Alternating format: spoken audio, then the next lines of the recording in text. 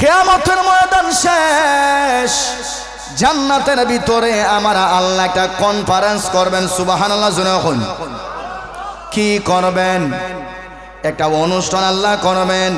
ওই অনুষ্ঠানে আমার আল্লাহ কোরআন তেলাওয়াত করবেন। সুবহানাল্লাহ কইতে না ভাই, আল্লাহর কণ্ঠে কোরআন তেলাওয়াত শুনতে চান আপনারা?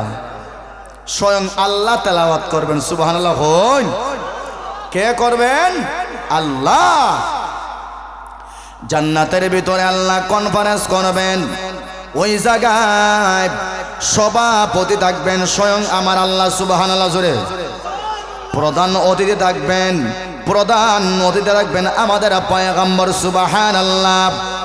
বিশেষ অতিথির আসনে থাকবেন সমস্ত পয়গম্বর আর উম্মতের উলামায়ে কেরাম। সুবহানাল্লাহ জোরে কই। মুসলমান ভাই, ওই জান্নাতের কনফারেন্সে সবাই কিন্তু ঢুকতে পারবে না। আমার আল্লাহ কিছু কিছু মানুষকে একটা কার্ড দিবেন। কার্ড।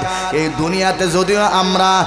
দুনিয়াতে যদিও আমরা সবাই মুসলমান, জান্নাতের বাগানে সবাই ঢুকতে পারেনি।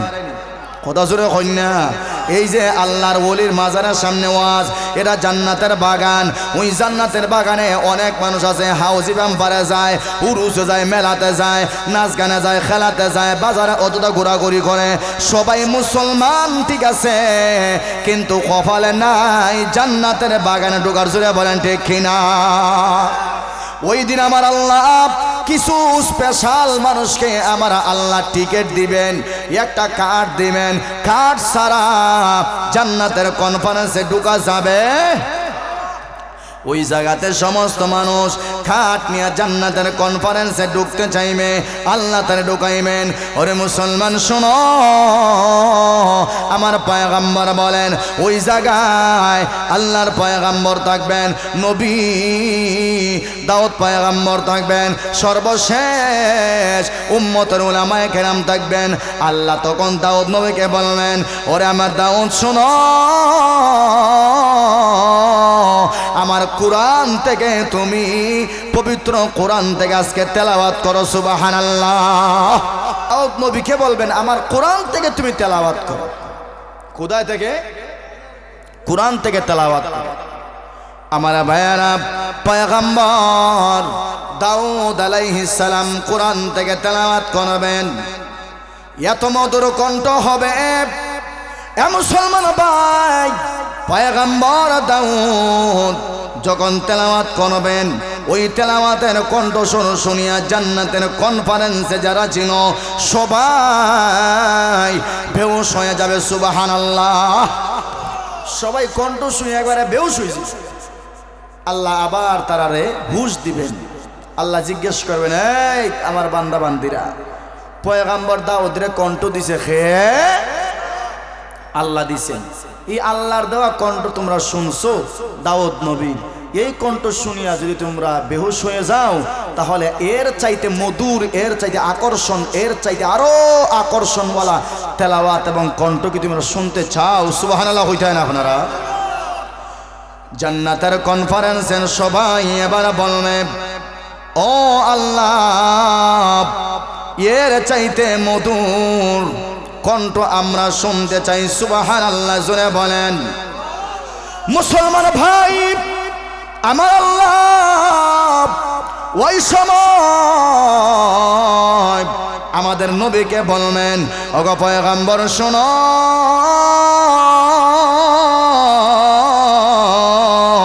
এবার তোমার কণ্ঠ দিয়া আমার কোরআনের সূরাতুল ইয়াসিন তুমি তেলাওয়াত করো। আমার ভাইয়ারা, নবী আমার সূরাতুল ইয়াসিন তেলাওয়াত করবেন আল্লাহর দেওয়া কণ্ঠে। ইয়াসিন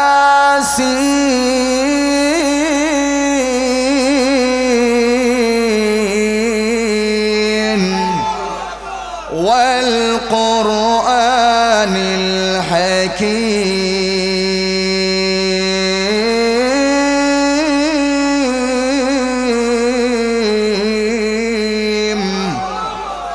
আমার নবী এবার তেলাওয়াত করবেন আমার আল্লাহ বলবেন ওরে বান্দারা আমার নবী যখন তেলাওয়াত করবে আমার নবীর কণ্ঠ দিয়া একটা দুইটা সুর নয়, আমার পয়গম্বর হাদিসের মধ্যে আমার পয়গম্বর বলেন আমার নবী যখন তেলাওয়াত করবেন নবীর কণ্ঠ দিয়া আমার আল্লাহ একটা দুইটা সুর নয়, প্রায় 70 থেকে 72টা সুর আমার আল্লাহ বের করে দেয়া দিব।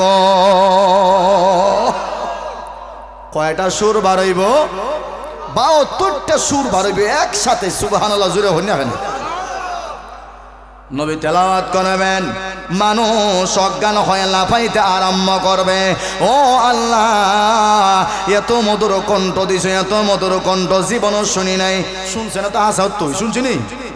এত মধুর কণ্ঠ শুনে নাই। এ মুসলমান, আমার আল্লাহ তখন বলবেন ওরে আমার বান্দারা ভালো করে শোনো,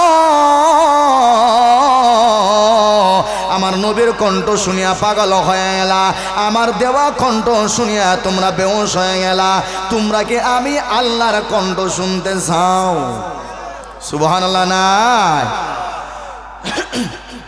তখন মানুষগুলো তখন বলবে ও আল্লাহ, দুনিয়াতে তোমার আমরা দেখতে পাই নাই, দুনিয়াতে তোমার আওয়াজ শুনতে পাই নাই, দুনিয়াতে তোমার কণ্ঠ শুনতে পাই নাই, কারণ সম্ভব না। কথা শুনে বলেন ঠিক কিনা?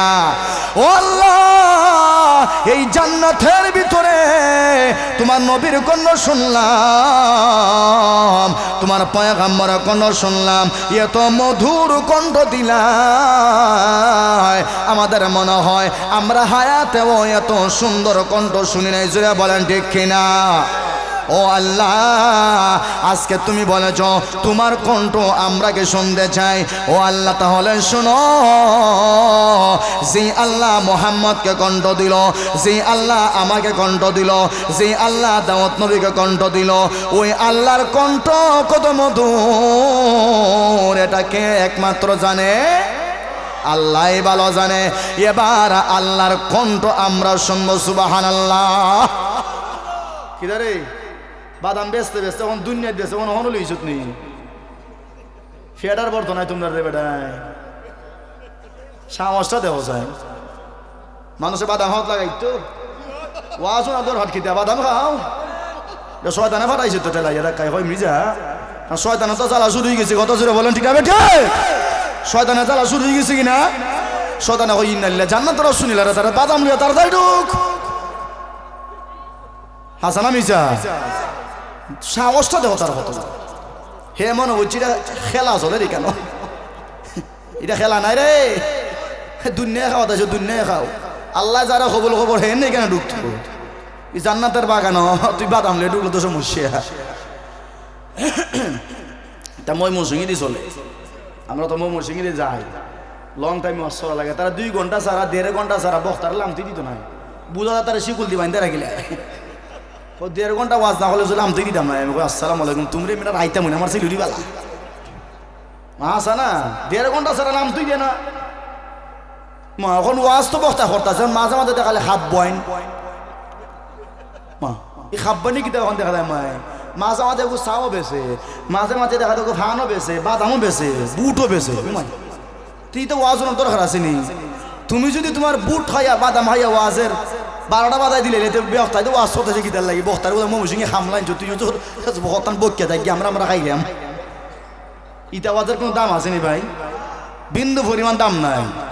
যদি আকর্ষণ না থাকে, মনোযোগ যদি না থাকে, ইটা ওয়াজের বিন্দু পরিমাণ দাম নাই। যদি কিনা আছে দাম আসেনি, এগুলার কোনো দাম নাই। তো বলতেছিলাম আল্লাহ তখন নিজে তেলাওয়াত করবেন। সুবহানাল্লাহ, জোরে হই।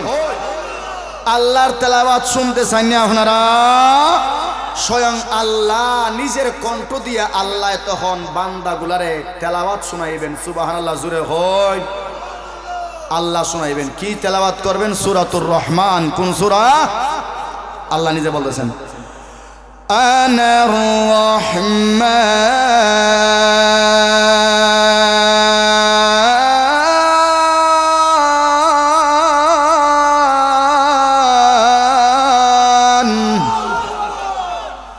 আল্লামনাল কুরআন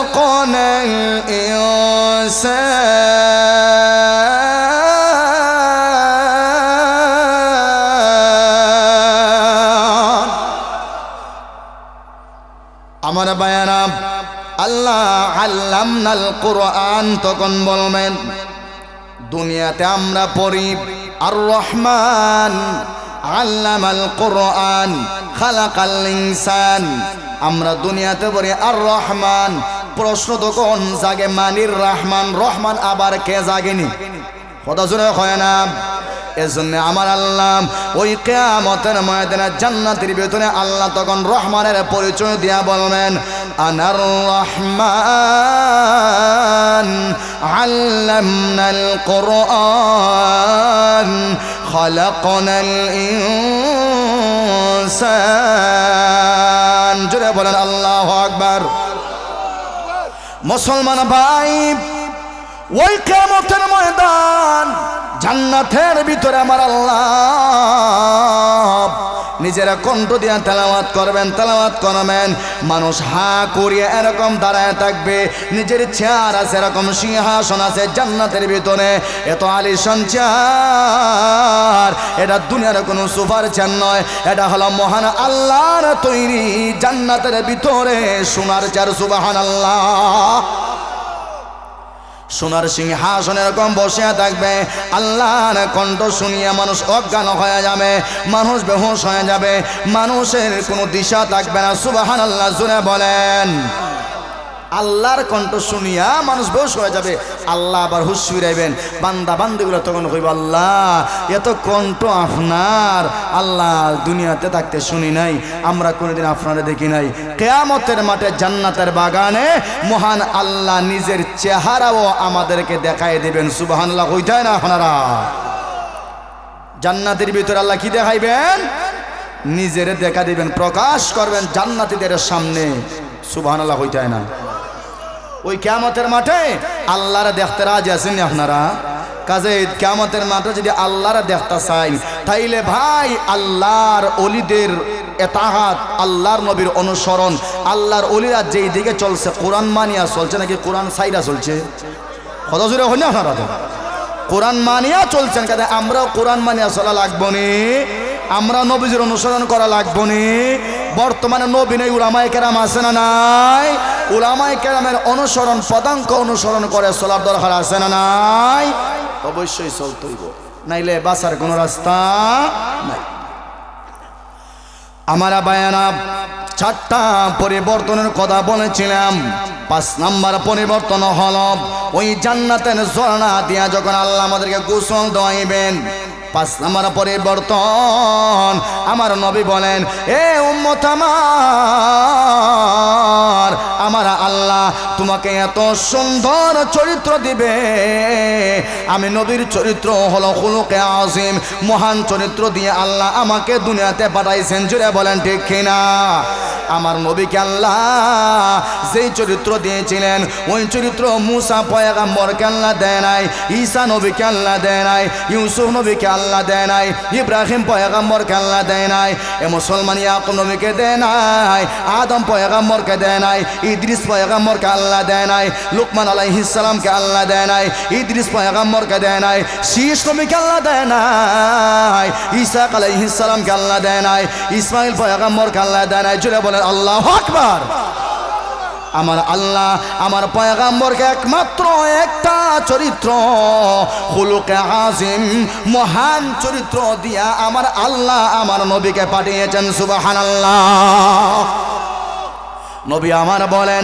জান্নাতে যখন তোমাকে আমার আল্লাহ দিবে জান্নাতের জান্নাত গোসল দেওয়াইয়া ওই খুলুকে আযীম মহান চরিত্র দিয়া আল্লাহ তোমাকে জান্নাতের ভিতরে আল্লাহ পাঠাইবে সুবহানাল্লাহ